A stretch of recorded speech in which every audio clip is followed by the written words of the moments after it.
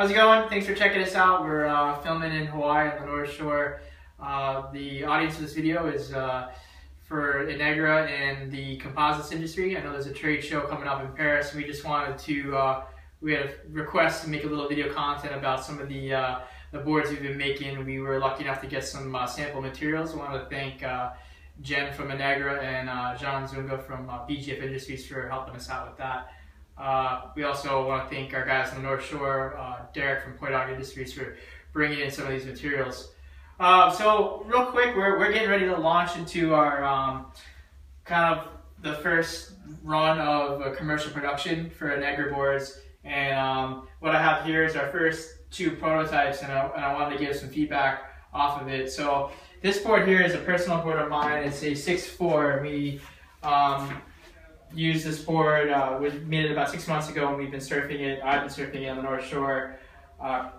This is my bigger wave board. So we just wanted to kind of show it in the light. I didn't take the wax off just yet. We kind of made this video on a little bit of a short notice, but I'll show you some areas of the board that were quite impressive about what the material can and cannot do.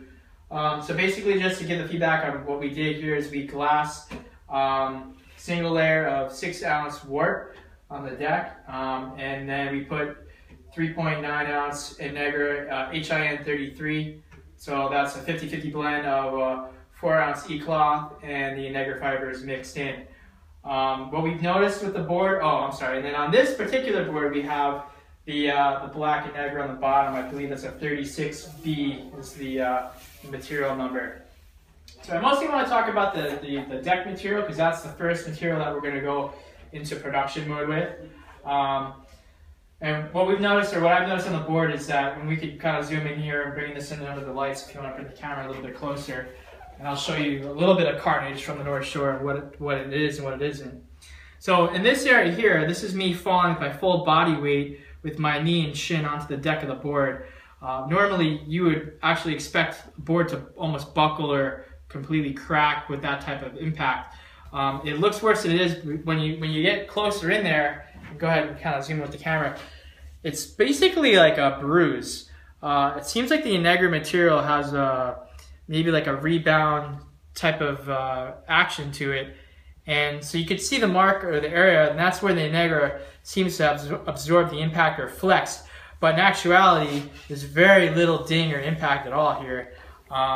My wax is going to prevent you from getting a really good view of where my heel would be, but if you want to bring the video over, we could kind of angle it, and you can see this is the area of the board where, you know, your feet and your heels constantly land. And on most boards, you'd have big impacts or dings. The boards would definitely, you have noticeable dents in this area, and on this one, there's none.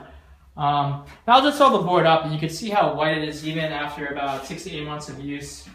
And as far as handling the waves in the North Shore has a reputation for having some of the most powerful waves in the world.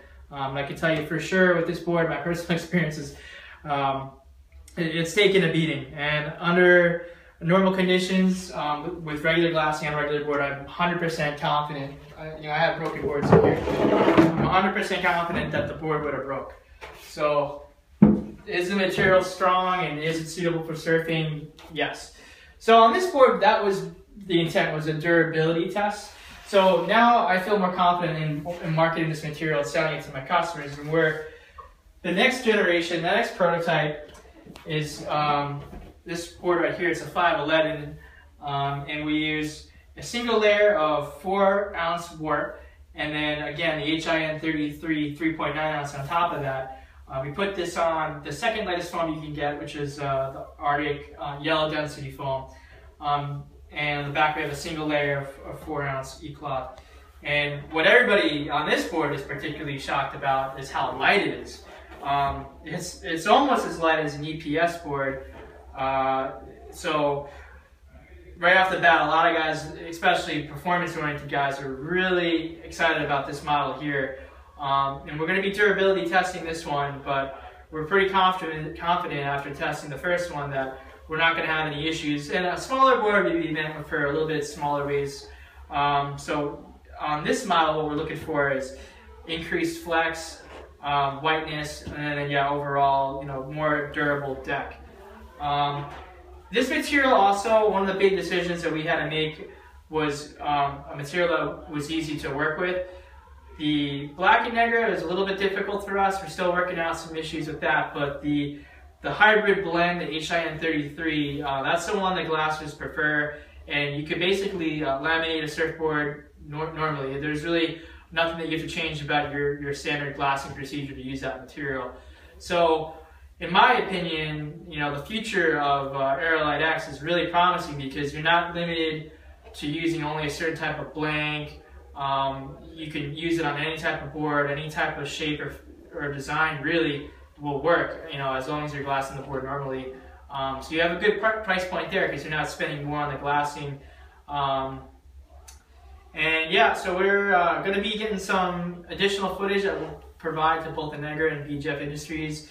We're trying to get this in the water and some actual surfing footage. We made this on a short notice, like I said earlier, so we didn't have any clips readily available. But I think in the next 6 months we should be able to get some of that content. And yeah, we're looking forward to offering this to our customers, and the demand seems pretty strong.